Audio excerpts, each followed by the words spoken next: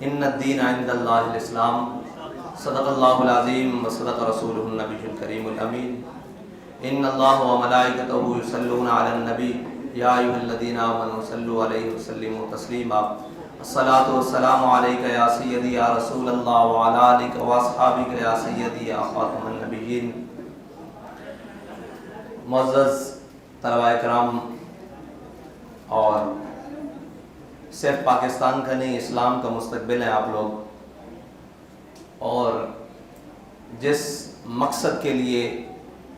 آپ کو یہاں جمع کیا گیا ہے یا تعلیم دی جا رہی ہے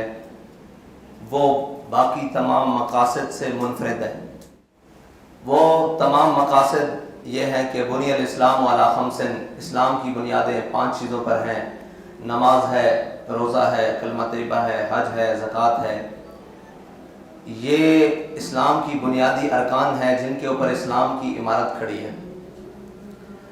اور ایک ایک جو رکن ہے اس کے اندر اسلام کی تشریح موجود ہے، ایک ایک رکن کے اندر اسلام کی تشریح موجود ہے۔ لیکن یہ ارکان میرے آقا و مولا صلی اللہ علیہ وسلم سے زیادہ کسی نے احسن طریقے سے ادا نہیں کیے۔ سارے ارکان، اگرچہ زکوٰۃ نہیں ہے اس میں، لیکن حضور سید عالم صلی اللہ علیہ وسلم کے زمانے میں اگر حضرت جناب ابوبکر نے زکوٰۃ دی تو وہ اصل طریقے سے ادا ہوئی، اور ان تمام ارکان کو ادا کرنے کے باوجود اسلام کو ایک ریاست کی ضرورت ہے جس کے اندر اسلام عملی طور پر سب کے سامنے پیش کیا جائے کہ اسلام کے کلمہ پڑھنے کا مقصد کیا ہے، اسلام کے نماز پڑھنے کا مقصد کیا ہے،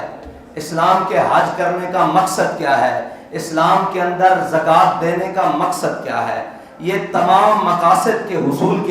کے لیے ایک ریاست کے اندر نظام کا ہونا ضروری ہے۔ وہ نظام ہمارے آقا و مولا صلی اللہ علیہ وسلم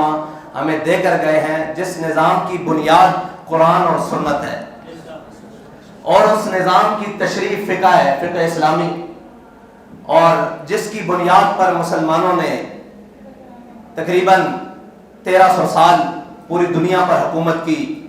اگرچہ وہ حکومت خلافت امیہ کے نام پر ہو، اموی خلافت کے نام پر ہو، لیکن اس خلافت کے اندر بھی ایک مرد کامل ایسا آیا جس کو دنیا حضرت جناب عمر بن عبدالعزیز کے نام سے یاد کرتی ہے۔ اسلامی نظام کسی نہ کسی صورت میں ہمارے تک پہنچتا رہا، لیکن خلافت عثمانیہ کے ٹوٹنے کے بعد پورے عالم کفر نے یہ سوچ لیا کہ مسلمانوں کو عملی نظام کے لیے اب اٹھنے نہیں دینا، اور عملی نظام سے دور کرنے کے لیے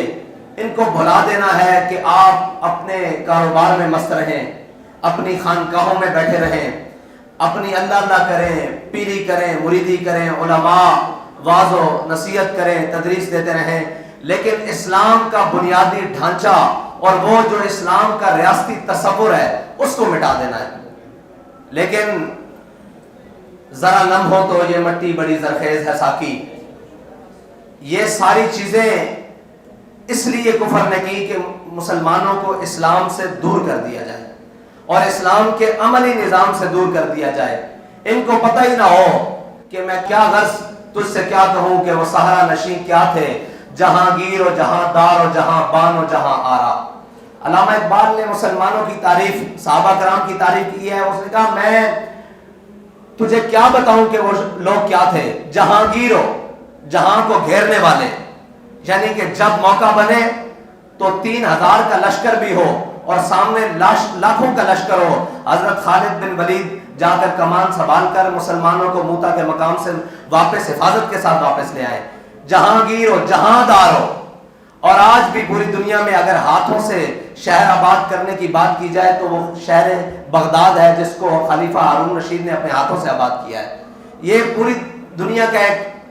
پوری دنیا کے اندر ہماری مثالیں موجود ہیں، جہانگیر ہو، جہاں دان ہو، جہاں بان ہو۔ جہاں بان کیسے ہے جی؟ کہ جب لشکروں میں کمی پڑ جائے اور یہ محسوس ہونا شروع ہو جائے کہ ہم لشکر کے اندر بزدلی پھیل جائے تو لشکر کا امیر یہ کہتا ہے کہ یہاں کشتیاں جلا کے ہم پار جائیں گے، یہ اسلام کا ایک حسن ہے، جہاں بانو جہاں آرا، اور جہاں آرائی یعنی کہ وہ جہان کا حسن کیسے بنے، وہ ایسے بنے کہ سمال فقر و فخری کا رہا شان عمارت میں۔ مقصد یہ ہے کہ آپ کے پاس طاقت آ جانا یا کسی شخص کے پاس طاقت کا آ جانا، اس کو مثبت یا منفی استعمال کرنا اسلام نے اس کا طریقہ کار بتایا ہے۔ ورنہ طاقت کا صرف حصول ہو تو فرعون کے پاس بھی طاقت تھی،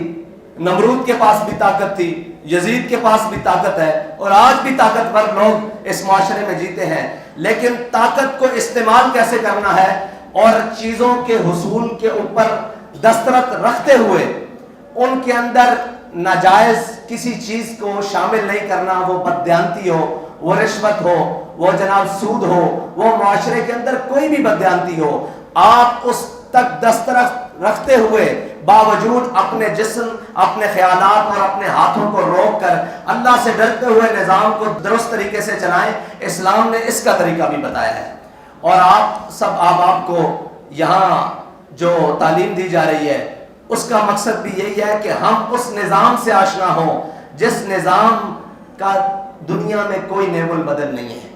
جس نظام کے ساتھ ہی اس دنیا کا امن قائم ہو سکتا ہے، جس نظام کے ساتھ ہی اس دنیا میں غربت ختم ہو سکتی ہے، جس نظام کے ساتھ اس دنیا کے اندر تمام بدماشوں کی بدماشی ٹوٹ سکتی ہے۔ اقبال کہتا ہے کاہن و سلطان و پاپا و امیر۔ اقبال کہتا ہے ایک وقت تھا اسلام کے نظام آنے سے پہلے